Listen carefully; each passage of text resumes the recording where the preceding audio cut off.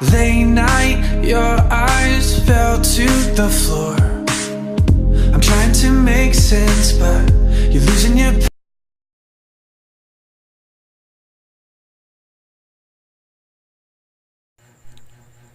It is accepted that the Spanish colonization of the Philippines started in 1565 during the time of Miguel Lopez de Legazpi. Until the 19th century, the printing presses that published literary works were owned and managed by the religious orders.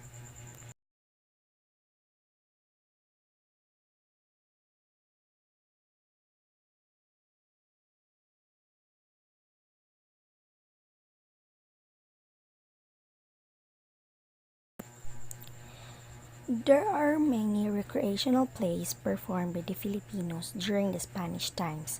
Almost of them were in the poetic form.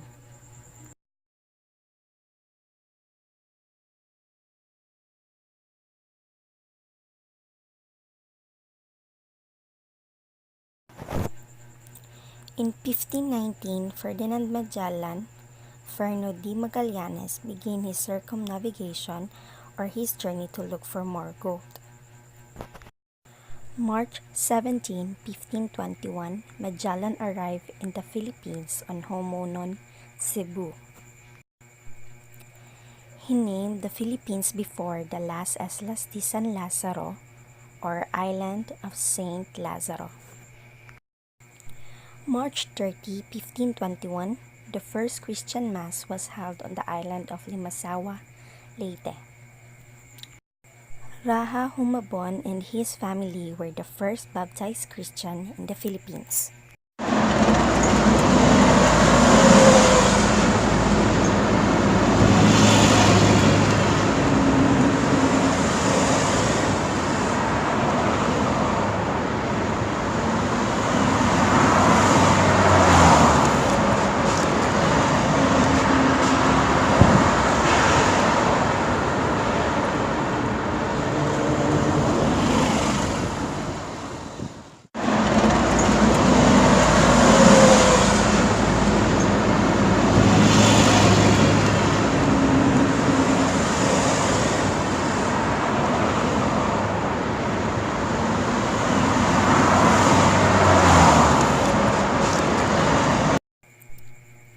April 27, 1521, Battle of Mactan, the day that Magellan died by the soldier of Lapu-Lapu.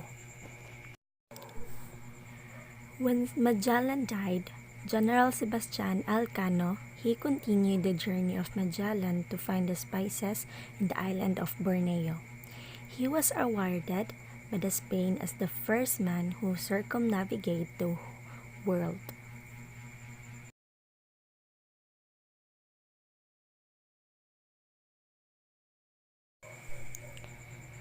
The Filipino revolutionists won against the Spaniards who colonized us for 333 years. June 12, 1898, raised the Philippine flag as a symbol of our independence. General Emilio Aguinaldo was elected the first president of the Philippine Republic, but this was short-lived.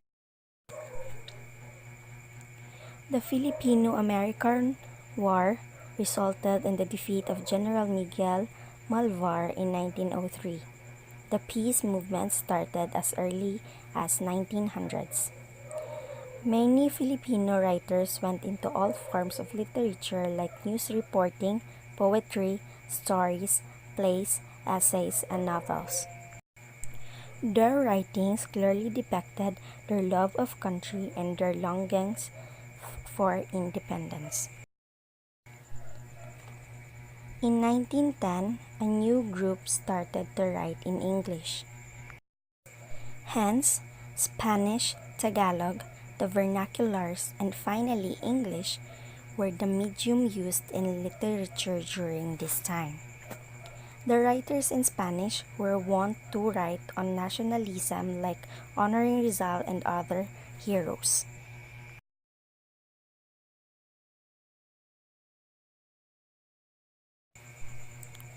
In 1920, the UP College folio was later replaced by the Philippine Collegian. Dead Stars by Paz Marquez Benitez. Local Color, Plot, and Messages. In 1933, Footnote to Youth by Jose Garcia Villa.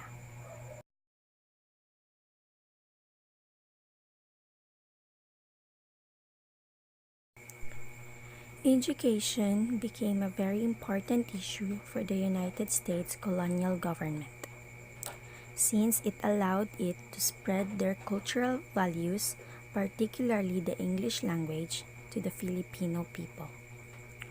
By 1901, public education was institutionalized in the Philippines, with the English serving the medium of instruction.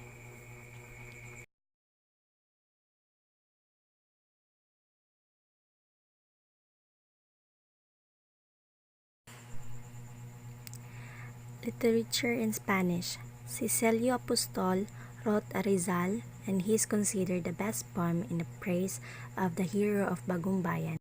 Ferdinand Guerrero, he collected the best of his poem in a book called Crisalidas, and one of the poems written in this book was in a Vocación a Rizal. Jesus Balmore, well known for his pen name of Baticulin, he and Manuel Bernabe participated in a debate on the topic Remembrance and Forgetfulness. He was selected Poet Laureate and Spanish beating Manuel Bernabe. Filipino literature. Lope K. Santos, father of national language grammar. He was also called Apo of the Tagalog writers. Banaag at Sikat was his masterpiece. Armando V. Hernandez was dubbed Poet of the Laborers. His masterpiece is Ang Panday. Valeriano Hernandez Pena, known as Tandang Anong, he considers Nene at Neneng his masterpiece.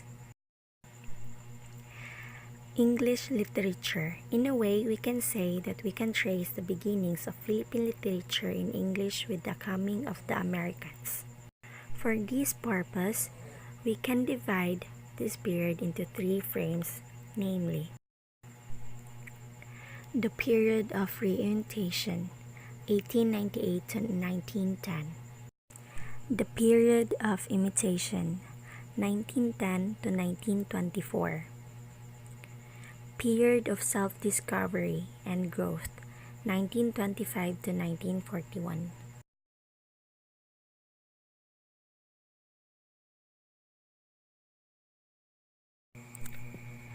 Between 1941 to 1945, Philippines literature was interrupted in its development when we were again conquered with another foreign country, which is Japan.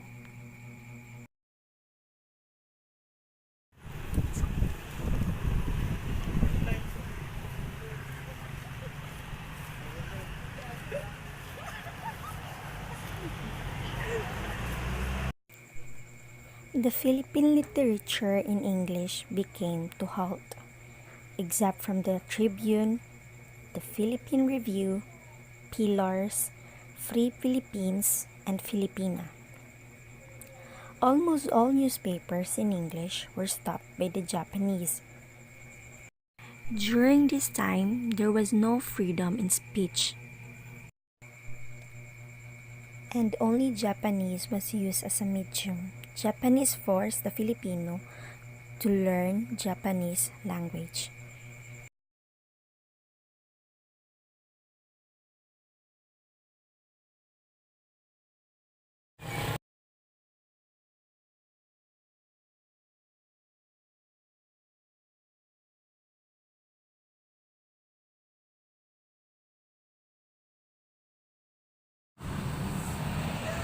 Mama, asan na kayo?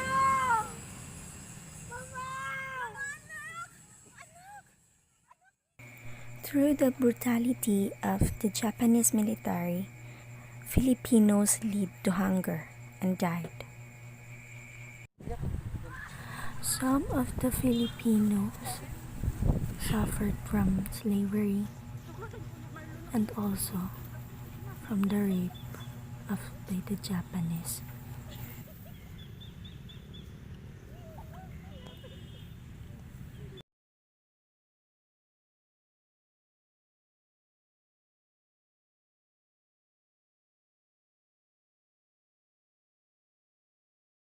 I will always remember the day you kissed my lips, light as a feather.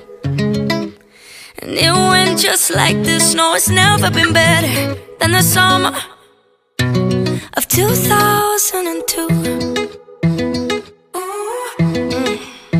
We were only 11, but acting like grown-ups, like we are in the present. Drinking from plastic cups, singing love is forever and never. Well, I guess that was true.